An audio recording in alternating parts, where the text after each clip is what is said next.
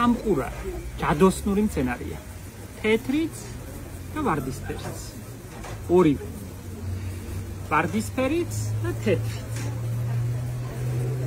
არ მიყვარს სამედიცინო რჩევების მიცემა. რაღაცები კი ვიცი, ვერ მოვიტყუები, მაგრამ ხილი ადამიანი ვარ და არ მინდა ვინმე დავაზიანო. თუ დარწმუნებული არ ვარ 1000% და მე თვითონ ჩემს თავზე არ მაქვს გამოცდილი, ისეთ რამეს სხვას არ ვურჩევ.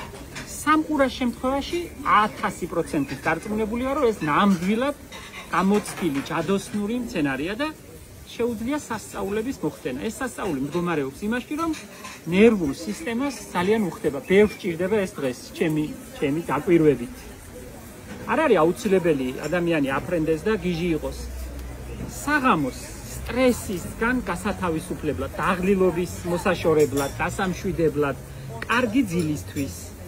ეს არის უებარი საშუალება. მე მიჭირს თბილის დალევა. პირადად ჩემი გამოცდილებით ეს ჩემი მოგონილია, არავისგან არ მისწავლია. ჩემი ბებიაც აკეთებდა ამ ნაყენს და ხშირად გქონდა. მე მოკრეფილს, სუფთა ადგილას მოკრეფილს, რა თქმა უნდა, კილებში სამთრისთვისაც ვაშრობ. ჩვეულებრივად ქაღალდზე გავფენ და 2 დღე უნდა სულ გასაშრობად. აი ესე სუფთა კარგ ყვავილებს ავარჩევ და კილებში ვყრი. დუღარე წყალს ვასხამ და ველოდები ერთი ღამე ვტოვებ ასეთ ასხამს. საოცარი მოქმედება აქვს. აი ვისაც კი უსინჯავს, ყველა აღტაცებულია. თქვენი ძილი გახდება მშვიდი, თქვენ გახდებით მშვიდი, აი დღის განმავლობაში სახლში შეყოლილი უარყოფითი ემოციები გვიწევს ჩვენ დღეს.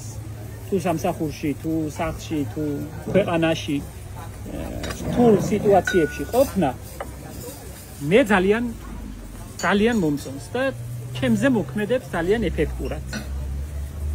აი ხელად დალევიდან 15 წუთში იგრძნობ ადამიანმა როგორ მოისვენე და როგორ მოითქვი სული და დამშვიდდი. რაღაცა გშორდება ზედმეტი აჟიტაცია და უარყოფითი ემოცია. სამყურას ბალახი ყველგან იზრდება.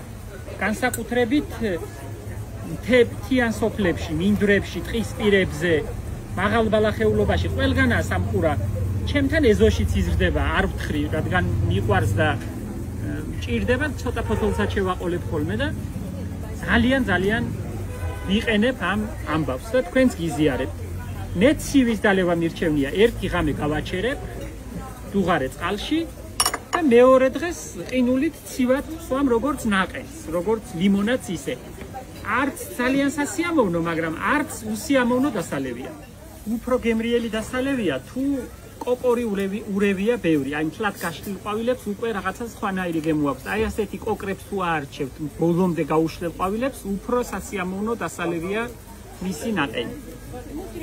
მთლიანად ვავსებ კილებს ბოლომდე და ვასხამ დუღარე წყალს. რა თქმა უნდა, ლარნაკში ჩადებამდე, ვედროში ჩადებამდე გარეცხილია და მთლიანად გავრეცხე. აი ეს. დავახურავ თავს და დავანებებ თავს დილამდე.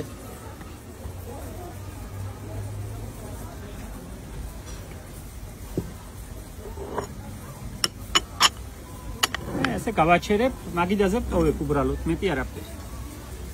დილას გადმოვწურავ. 1-2 ნატეხ ყინულს დავამატებ, იმიტომ რომ უსიამოვნოდ თბილია დილას.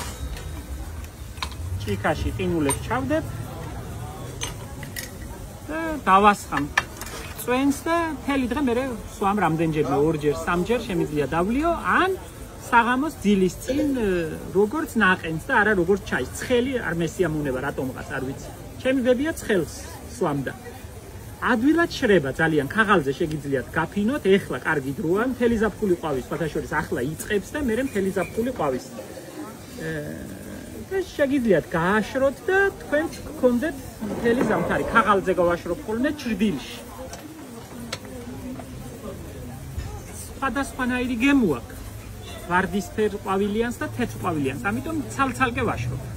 მირჩევნია რომ ცალ-ცალკე მქონდეს. შუშის ქილაში ვინახავ გამშრალ ყვავილებს. იმედია გამოგადგება თავის მე მომწონს და ვიყენებ. ხშირად არა, მაგრამ ზოგჯერ ცაცხვრის ყვავილთან ერთად დავაყენებ და ისიც ძალიან კარგია. ზოგჯერ გვირილასაც დავაშრობ. მაგრამ გვირილას არა აქვს სასიამოვნო გემო და უფრო სავლებად. პირის ღრუში სავლებად გრძილებისთვის არაჩვეულებრივი საშუალებაა და ეს კი გითხარით. აქ უხდება, აქ.